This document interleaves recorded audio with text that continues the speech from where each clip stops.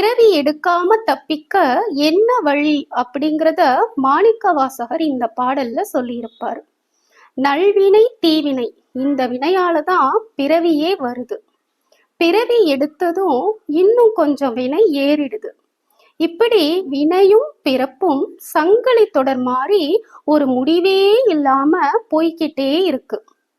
இந்த வினையும் பிறவியும் வராம இருக்கிறதுக்கு ஒரே வழி இறைவனோட திருவடிகள்ல சரணடைறதுதான்.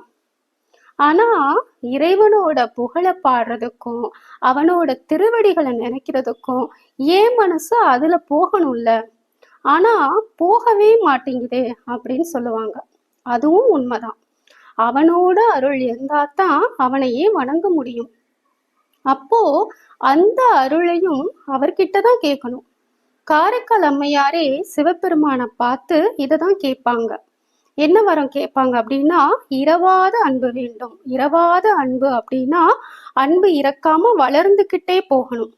அப்போ எல்லா உயிர்களிடத்தும் அன்பு செலுத்தினா அது நல்வினை தானே. அந்த நல்வினையின் காரணமா ஒருவேளை எனக்கு பிறவி வந்துட்டா, அதுக்கு அவர் சொல்லியிருப்பாங்க, அதனால பிறவாமை வேண்டும். ஒருவேளை மீண்டும் பிறந்துட்டா உன்னோட திருவடிய மறக்க கூடாது. திருவடிய மறக்காம இருந்தா மட்டும் போதாது, அந்த திருவடியின் கீழ் என்றும் இருக்கிற வரம் வேண்டும் அப்படின்னு காரைக்கால் அம்மையாரே சிவபெருமான் கிட்ட கேட்டிருப்பாங்க. பிறவாமை வேண்டும் மீண்டும் பிறப்புண்டேல் உன்னை என்றும் மறவாமை வேண்டும், இன்னும் வேண்டும் நான் மகிழ்ந்து பாடி அறவா நீ ஆடும்போது உன் அடியின் கீழ் இருக்க அப்படின்னு வேண்டி கேட்பாங்க.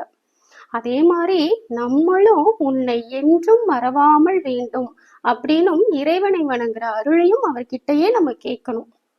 மாணிக்க வாசகர் இந்த பாடல்ல அவளக்கடலாய வெள்ளத்தே அப்படின்னு பாடியிருப்பாரு.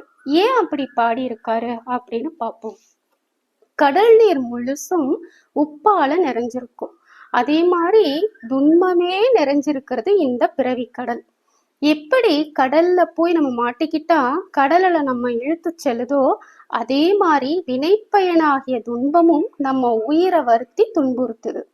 இப்படி கடலை பிறவியோட ஒப்பிட்டு பாடியிருப்பாரு மாணிக்க வாசகர். நீ துன்பப்படாம இருக்க நான் பல தடவை அறிவுரை சொல்றேன், நீ கேட்கவே மாட்டேங்கிறாயே. மனமே நீ கேள்.